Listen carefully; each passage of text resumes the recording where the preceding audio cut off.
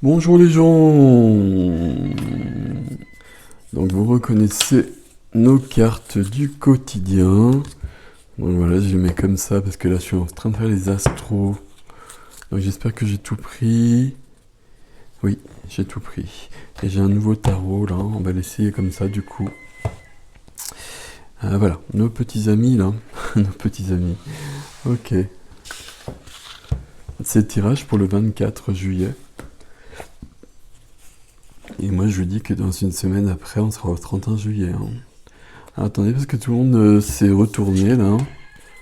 C'est quoi ce truc? Voilà. Pardon pour le bruit.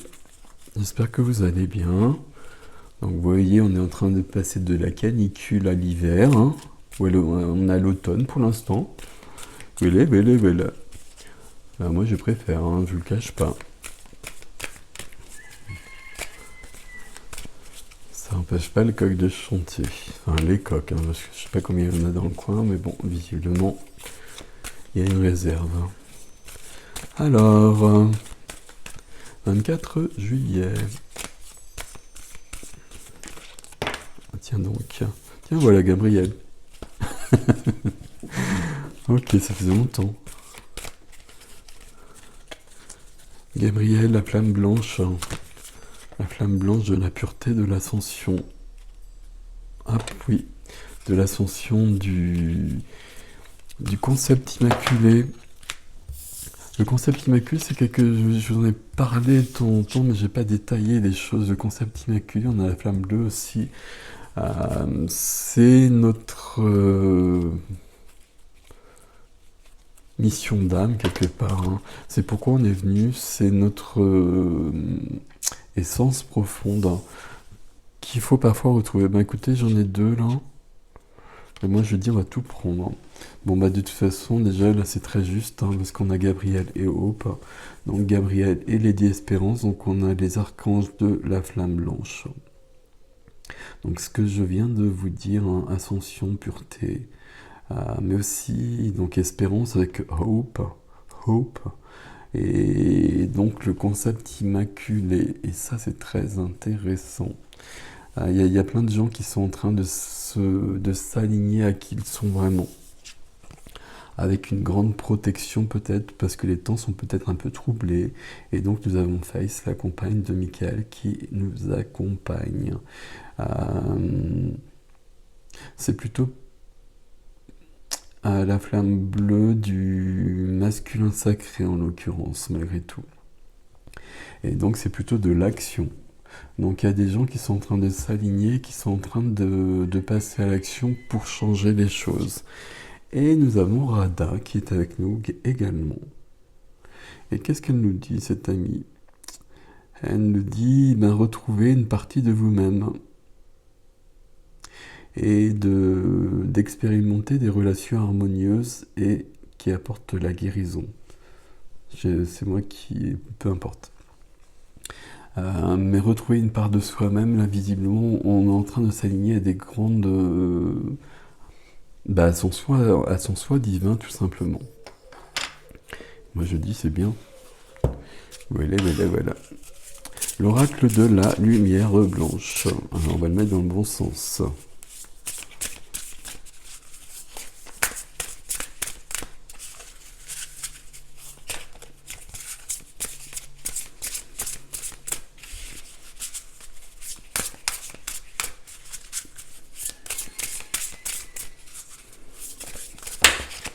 Alors là, il y en a un peu beaucoup quand même. Hein. Et là, il y en a plusieurs aussi. Alors, il n'y en avait que deux, mais deux, ça fait beaucoup parce que vous avez bien compris que ce sont des cartes qui sont qui sont un peu costauds. Enfin, où il y a beaucoup d'enseignements et donc on les prend avec parcimonie. Nous sommes sur du 11, hein, la cicatrice sacrée. Et comme vous voyez, ce sont toujours des cartes magnifiques. Alors on va aller voir cette cicatrice sacrée. Si je détourne comme ça, vous voyez mieux, je pense. Tandis que la nuit tombe. Alors, le 11, Moi, je mettrais bien avant le 12. La cicatrice sacrée.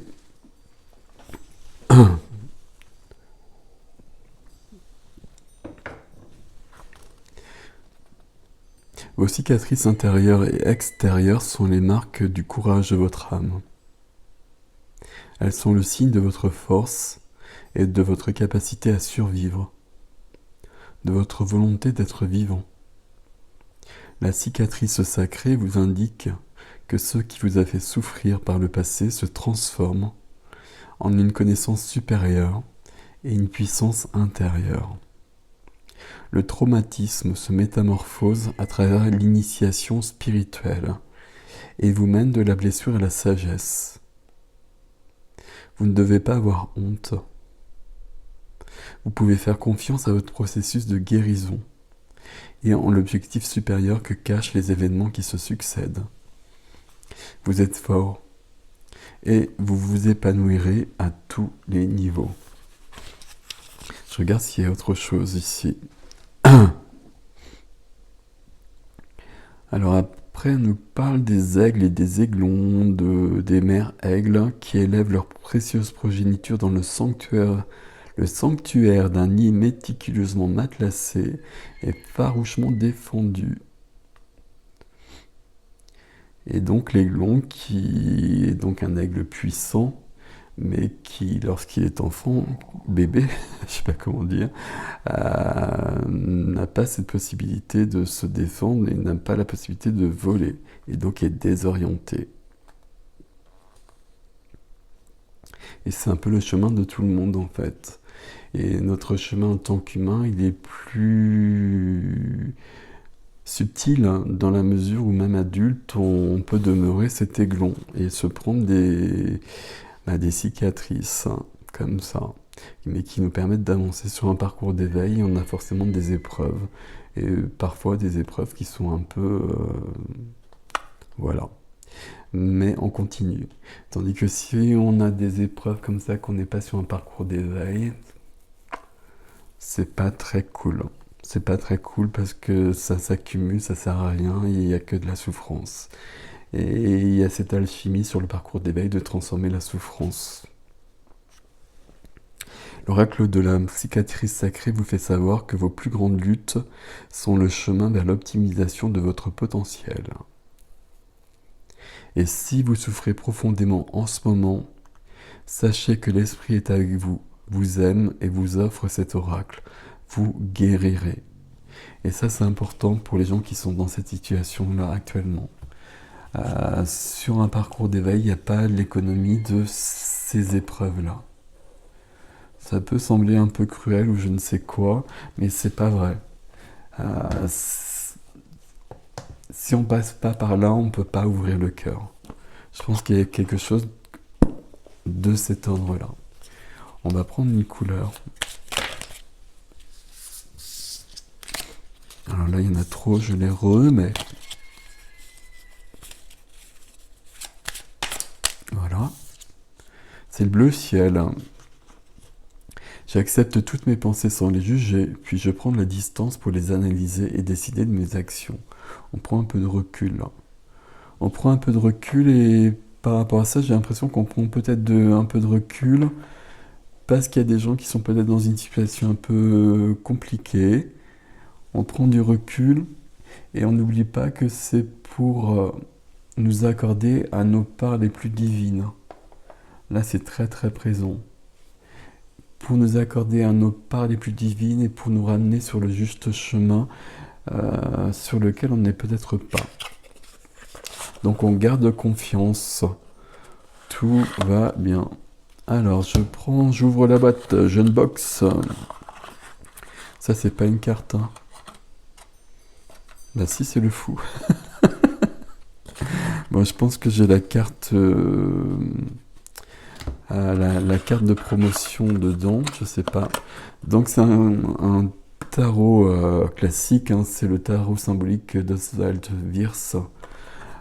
C'est basé sur le tarot de Marseille, c'est-à-dire que les mineurs sont pas représentés par des scènes. Mais on va le prendre quand même, parce qu'il me plaît bien. Alors je l'ai jamais utilisé pour le coup.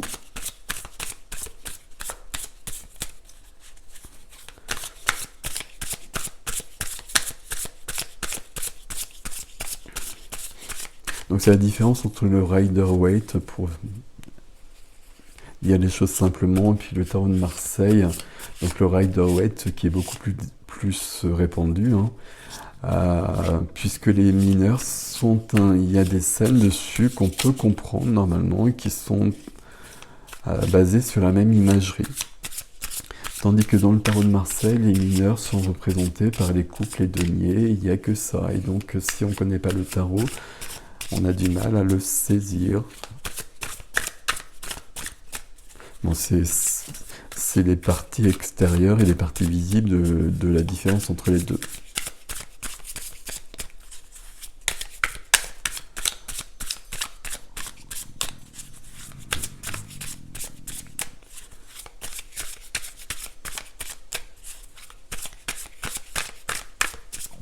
Alors, je mélange parce qu'il n'a pas servi en fait. Et puis, je vais les prendre. Alors, je sais pas si je peux les prendre comme ça. Je vais les prendre comme ça. Comme ça.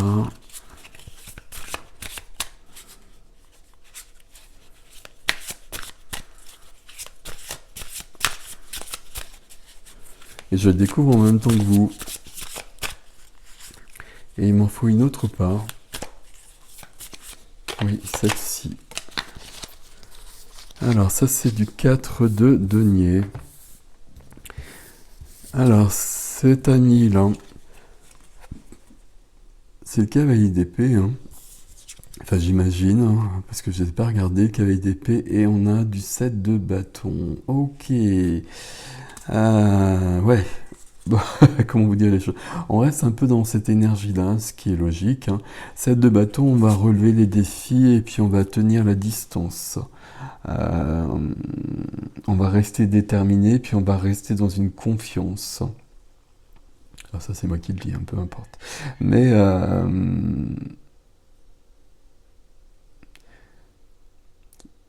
ouais, on va continuer on va garder confiance, on va fixer l'objectif qui est peut-être plus loin, et peut-être qu'actuellement, c'est pas si simple que ça. Mais on va tenir. On va tenir, et puis ici c'est aussi on va tenir les choses. Normalement je ne le dis pas comme ça pour cette carte-là, mais on va avoir cette notion-là où peut-être pour un temps on va rester où on est, et puis quand on sera prêt on bougera. Mais on va déjà récupérer des forces peut-être. Et il y a peut-être des choses dans la situation actuelle à modifier. Et peut-être des choses à rectifier, peut-être avec des personnes. Il y a peut-être besoin de s'affirmer davantage. Il y a peut-être besoin d'exprimer des paroles. J'espère que c'est le cavalier d'épée, hein, parce que du coup je ne les ai pas regardés, je ne sais pas comment ils sont les autres. Mais bon, il a l'air d'être... il a une épée, donc voilà, j'imagine que si je regarde... voilà, le cavalier de denier qui a un denier, la reine de coupe qui a une coupe, le roi de coupe qui a une coupe, donc c'est bien le cavalier d'épée. Cavalier d'épée, c'est l'orateur, hein, comme je le dis tout le temps. Hein. Donc il y a peut-être des choses à dire, ici on stagne, mais étant donné ce qu'on a vu précédemment, c'est bien de stagner parfois pour reprendre des forces avant de continuer. Mais ici on va rester fixé sur son objectif. L'objectif, c'est d'être dans sa divinité. Et on prend de la distance par rapport à ça, et c'est quand on aura pris suffisamment de distance qu'on pourra passer à l'action. Mais il y a peut-être une action à poser déjà, en s'affirmant, et puis en rectifiant peut-être des choses avec des paroles, probablement, par rapport à quelques personnes. Par rapport à une personne, en général, on va pas non plus... voilà. Vous voyez ce que je veux dire. Ok. Alors, ici, notre message du cœur, hein, Charlotte Dane, c'est Célia Méléside, c'est la pitié. Cette pitié que tu penses voir dans les yeux des autres n'est que le reflet de ton propre mépris, de ton propre apitoiement. Accepte la compassion qui t'est offerte et la main qui t'est tendue. Donc je vous laisse prendre le message. Donc là, vous avez bien compris depuis le départ que là, on a une situation qui est un peu lourde et probablement il y a des gens parmi vous qui sont dans une difficulté. Il faut accepter cette difficulté. On a bien vu, on nous l'a dit ici notamment, que ça fait partie du chemin et que viendra la guérison et que viendra quelque chose de plus grand. On l'a vu ici.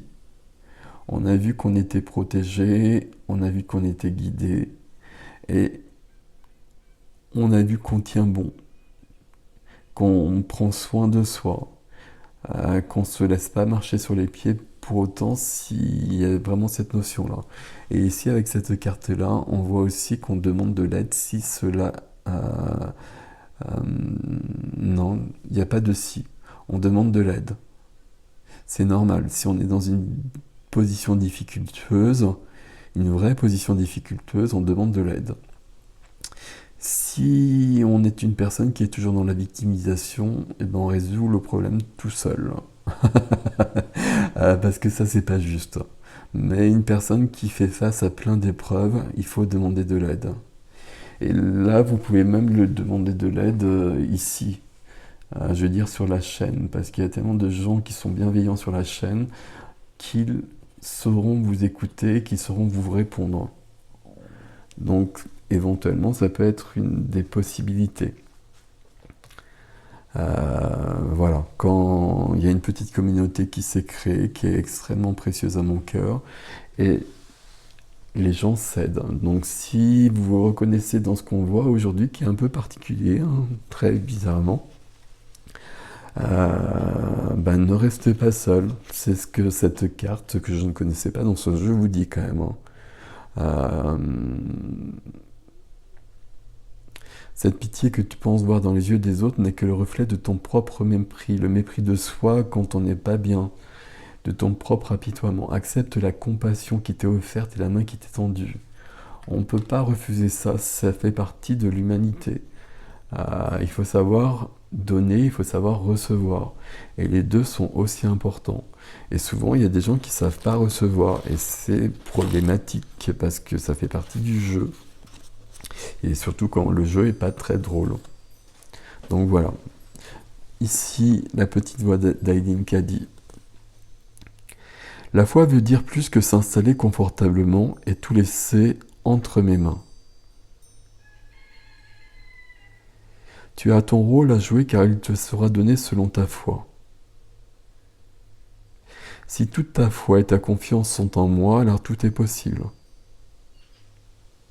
Vis par la foi et démontre mes lois aux yeux de toutes les âmes. Faisons un dans le travail, un dans la vie, soyons un. Moi en toi et toi en moi. Lorsque tu comprends pleinement que je peux tout faire, alors tu sais que tu peux tout faire, car je travaille en toi et à travers toi. Rien ne se fera à moins que tu n'acceptes de te mettre en route. Je suis en toi et tu es mes mains et mes pieds. Consacre ses mains et ses pieds à moi et à mon service, afin qu'il n'y ait rien pour arrêter le travail et que tout se passe bien. Veille à travailler en harmonie et en hymne parfait avec mes lois. En rythme parfait, avec mes lois. Et vois se produire merveille sur merveille, et rends grâce éternellement pour tout. Voilà, voilà. Donc de l'aide, il y a de l'aide divine, il y a de l'aide de la source, peu importe le vocabulaire, comme d'habitude, mais pour autant, nous faisons partie de l'humanité. Et quand on est en difficulté, on demande de l'aide aux autres. Et il faut savoir le faire. C'est important, visiblement, aujourd'hui. Voilà, voilà, voilà. Je vous laisse avec ceci. Prenez grand soin de vous, les amis. À bientôt.